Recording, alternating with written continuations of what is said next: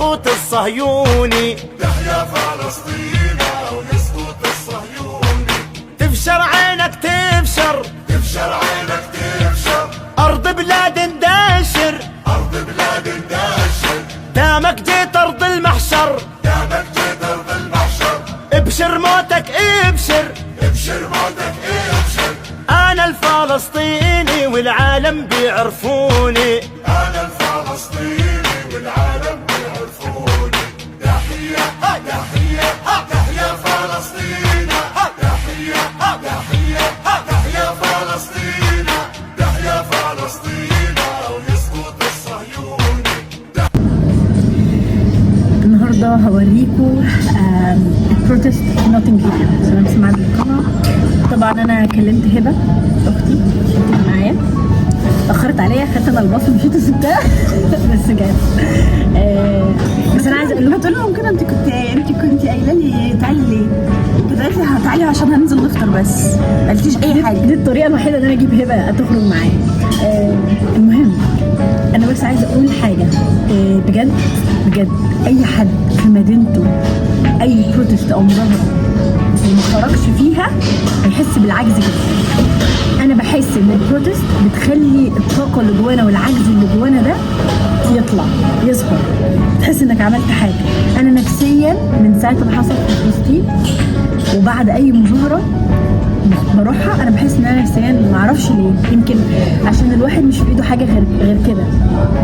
وعايزه اقول حاجه كمان، اول ما البروتست بدات كانوا تقريبا 10 او حاجه يعني، وطول ما احنا بقى يعني انا جيت وبعدين هبه وبعدين غيري حد يشوفنا يجي يعرفنا او كده، فالعدد كان بدا يزيد يزيد يزيد، برغم ان الجو كان مطره والناس نزلت.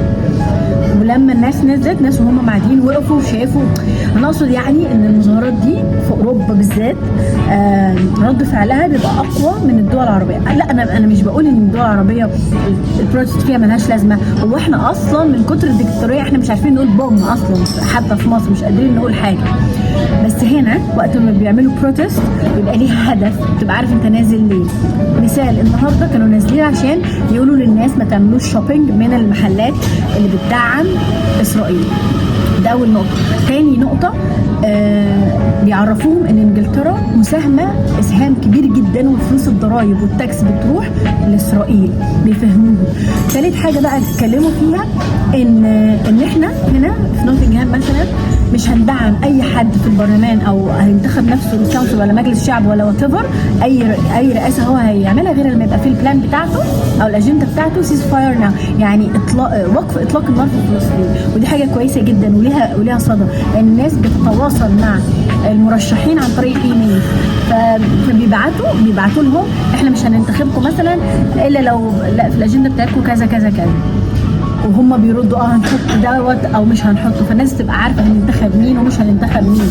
وده انا حاسه سلاح قوي قوي للشعب او للناس ان هم يضغطوا بيه على الحكومه عشان الناس تتكلم على وقف اطلاق النار او وقف الحرب على الاقل دلوقتي.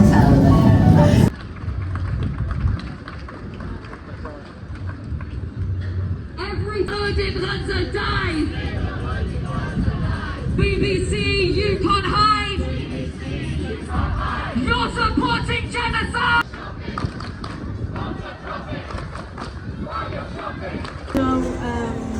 That I'm here because I'm a mother, so I know the feeling of each child there, and also the feeling of the mother.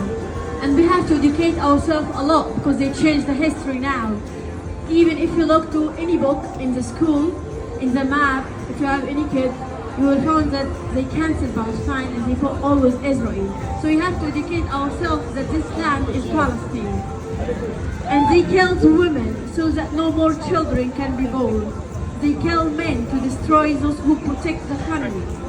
They kill children to destroy the future. They kill journalists so that no one shows and talk about the crimes. They kill artists to cancel imagination and creativity. They kill healthcare workers to destroy hope. They kill because they are unable to do anything. The only thing that they do, killing. So we have to call for ceasefire now. Ceasefire now. Ceasefire now. Ceasefire now. Ceasefire now. Thank you so much.